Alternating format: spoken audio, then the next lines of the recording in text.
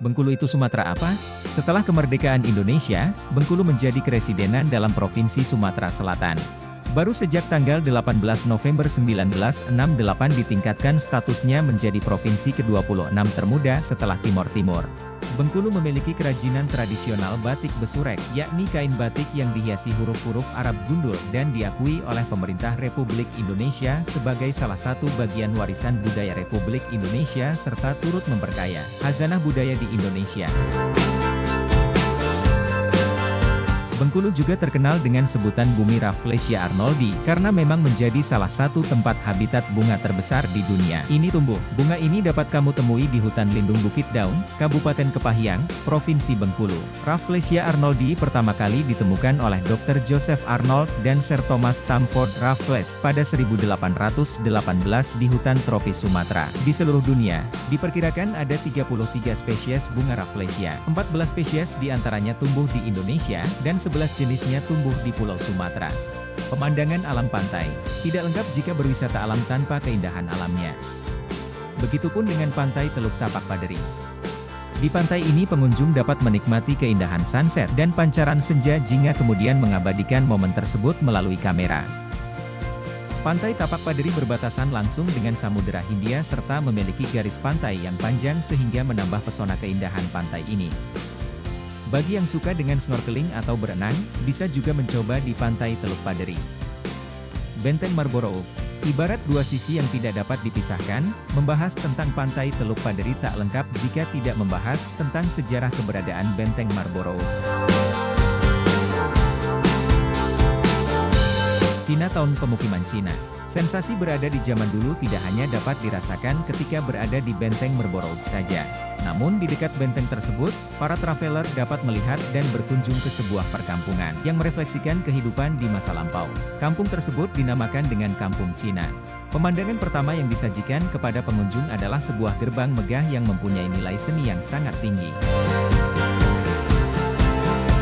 Pulau Tikus adalah luas pulau saat ini dikabarkan tinggal setengah hektar saja dari luas yang semula masih 2 hektar. Hal tersebut membuat daratan Pulau Tikus gak terdeteksi di aplikasi peta. Fenomena abrasilah yang bikin daratan Pulau Tikus kian menyusut. Namun di balik itu, Pulau Tikus ternyata ditopang oleh ratusan hektar karang. Pantas saja banyak sekali serpihan karang yang menghiasi pasir putih pulau ini. Danau Dendam Tak Sudah. Karena berstatus cagar alam, objek wisata Danau Dendam Tak Sudah yang berlokasi di Desa Dusun Besar ini relatif belum tersentuh sehingga memberikan suasana alam yang asri dan hijau sejauh mata memandang.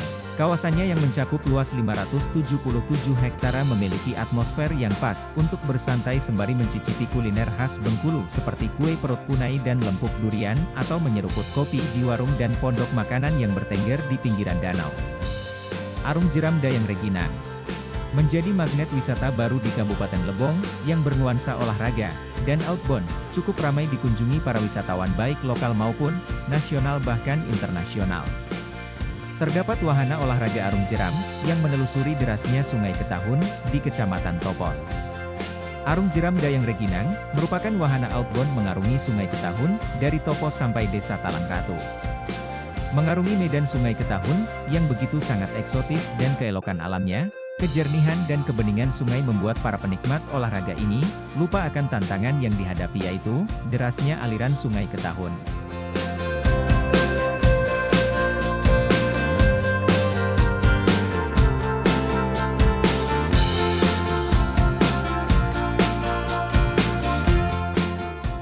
Cagar budaya Makam Sentot Alibasyah, berada di pemakaman umum yang biasanya digunakan oleh masyarakat sekitar. Makam ini dibangun secara istimewa karena beliau termasuk tokoh yang disegani oleh masyarakat Bengkulu. Sentot Alibasyah, lahir kira-kira pada tahun 1808 dengan nama asli KPH, Ali Pasca Sentot Abdul Mustafa Prawirodirjo.